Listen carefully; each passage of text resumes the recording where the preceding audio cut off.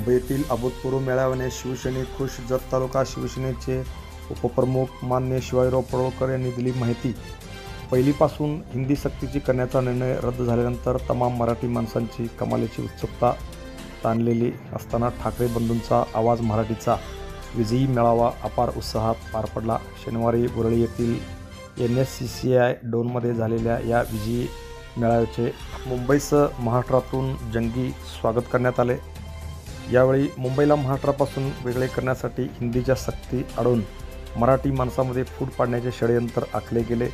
पण मराठीकडे वाकड्या नजरेने पाहाल तर याद राखा असा इशाराही या मेळाव्याच्या निमित्ताने देण्यात आला. त्यामुळे संपूर्ण महाराष्ट्राचे डोळे या मेळाव्याकडे लागले होते. या मेळाव्याला मराठी माणसाने उत्स्फूर्त प्रतिसाद दिल्याबद्दल आम्ही सर्व शिवसैनिकांनी या सर्व तमाम मराठी बांधवांचे आभार मानतो असे त्यांनी यावेळी सांगितले.